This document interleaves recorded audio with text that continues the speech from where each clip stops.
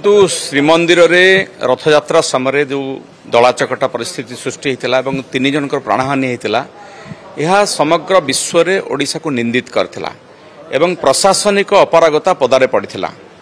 सरकार राज्य सरकार रथयात्रा को विश्वस्तरीय करेंगे कही किंतु समस्त मुह तलक हो जाता एवं विशेषकर सरकार जो माने से दायित्व थिले जो माने केवल जिलापाल एसपी को तांकू बदली करदेकरी कार्यानुष्ठान नहीं निजको घंट घोड़े से माने निजे दायी बोलिकी आज समस्ते जानी सारी राज्यवासी से विषय अवगत अच्छा। राज्य सरकार अत्यंत चतुरतार सहित तार रिपोर्ट करने तार तदंत करने डेवलपमेंट कमिशन को दायित्व देते। डेवलपमेंट कमिशन होउछंदी सरकार एक अंश मासे पर से रिपोर्ट देइछंदी। आमे आशा करूछु मैडम अनु गर्ग तार निश्चित भाव में सबु दिगरु तदंत करके रिपोर्ट देइथिबे एवं प्रकृत रे जो माने दोषी तांको पदाको आनिथिबे। तबे ये रिपोर्ट को केवल मुख्यमंत्री कार्यालय भितर सीमित रखा जावा उचित नुहे।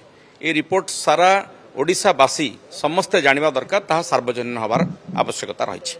तेणु ओडिशावासी जानिबे एवं से रिपोर्ट रे कौन अच्छी कहीं दलाचकटा होती कौ माने दायी एवं भविष्य में केमिति न हबो से विषय कौन सजेशन्स देइछंती ताहा जानिबार अधिकार समस्त अच्छी। आमे आशा करूछु राज्य सरकार संपूर्ण स्वच्छता रक्षा करेंगे एवं से रिपोर्ट को सार्वजनिक करेंगे।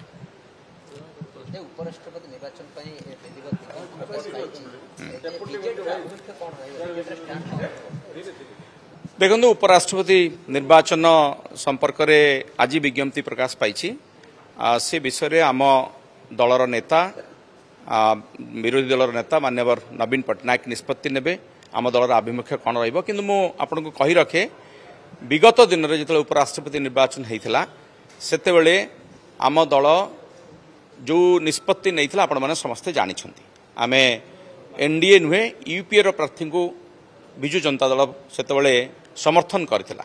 तेणु से नजीर मध्य रही जहाँ निष्पत्ति नेबे मान्यवर विरोधी दल नेता आम दलर नेता श्रीयुक्त नवीन पट्टनायक निष्पत्ति नेबे।